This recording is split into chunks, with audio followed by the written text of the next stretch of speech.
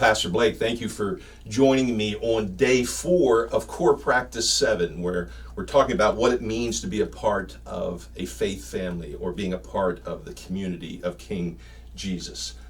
All of this core practice is rooted in Matthew chapter 18. Of course, there's plenty of other places to learn about what it means to be a part of the community, but we're trying to allow Matthew's gospel to be the driving force between the way we look at the core practices. So we're going to stay in Matthew 18. We've talked about things like welcoming. We've talked about things like seeking out the one who's wandered. And today we're going to talk about how we deal with sin. So beginning at verse 15, if your brother or sister sins.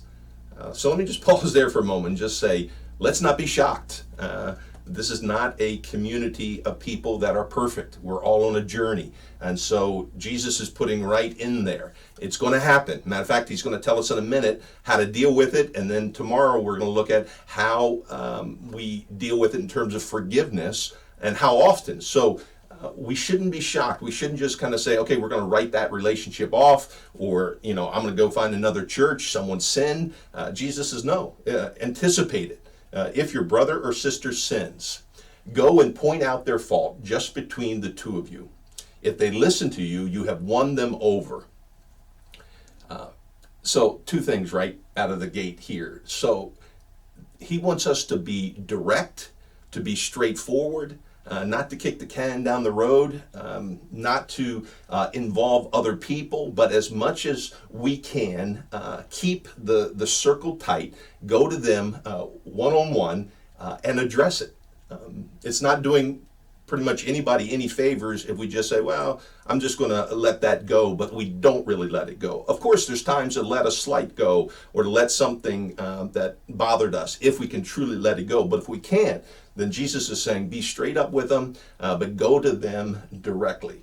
And think about what could happen. It could be that they had a blind spot. They weren't even thinking about it. You're going to draw something to their attention, and you're going to do them a huge service.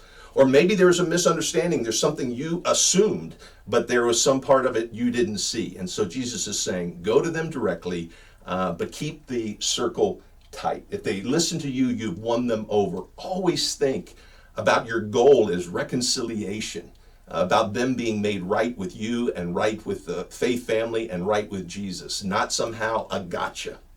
Verse 16, but if they will not listen, so sin is serious, right? So we don't just say, okay, I've done my part. If they will not listen, take 1 or 2 others along so that every matter may be established by the testimony or 2 or 3 witnesses. Don't jump to that before you've done the first one, going to them directly. But if it isn't dealt with there, go the next level. And verse 17, if they still refuse to listen, then expand it, right? If they won't take it from you directly or for you with a couple of others, then take it to the next reasonable kind of circle. It may be your small group, or it may be some others. In this case, most of the churches were house churches, and so kind of everyone knew everyone's business. I'm not suggesting in a church of 400 or 4,000 that something has to be said at the 3rd level, but the principle here is only take it as public as it needs to go. If they still refuse to listen, tell it to the church. And if they refuse to listen even to the church, treat them as you would a pagan or a tax collector. So here's what we're trying to learn today down here at the bottom.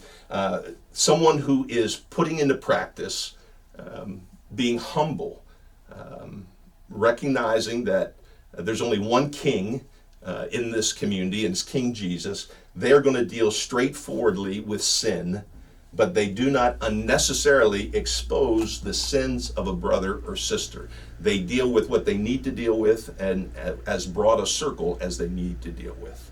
Remind you where we've been. We're going to be people who are truly welcoming of the little ones, not just the impressive people, not just the people we're glad are now coming to be a part of our church, we think are going to make a financial difference or give us a better reputation in the community. But we're going to truly welcome the little ones. We're going to ruthlessly guard our own lives that we don't cause others to sin. We're going to care enough about those who wander that we reach out to them, and we're going to deal straightforwardly with sin. So I want to leave you with this thought. Is there someone the Spirit is even now bringing to your mind? Someone that you need to go to directly. And I encourage you to respond to the Spirit's leading, to do it in a way that is humble, in a way that is seeking them to be reconciled to you and to Jesus, and open-minded, that they may explain something that brings a different perspective to this.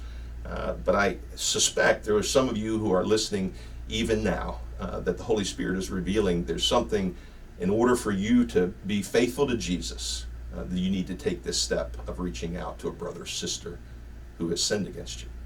May God help you. May God help us.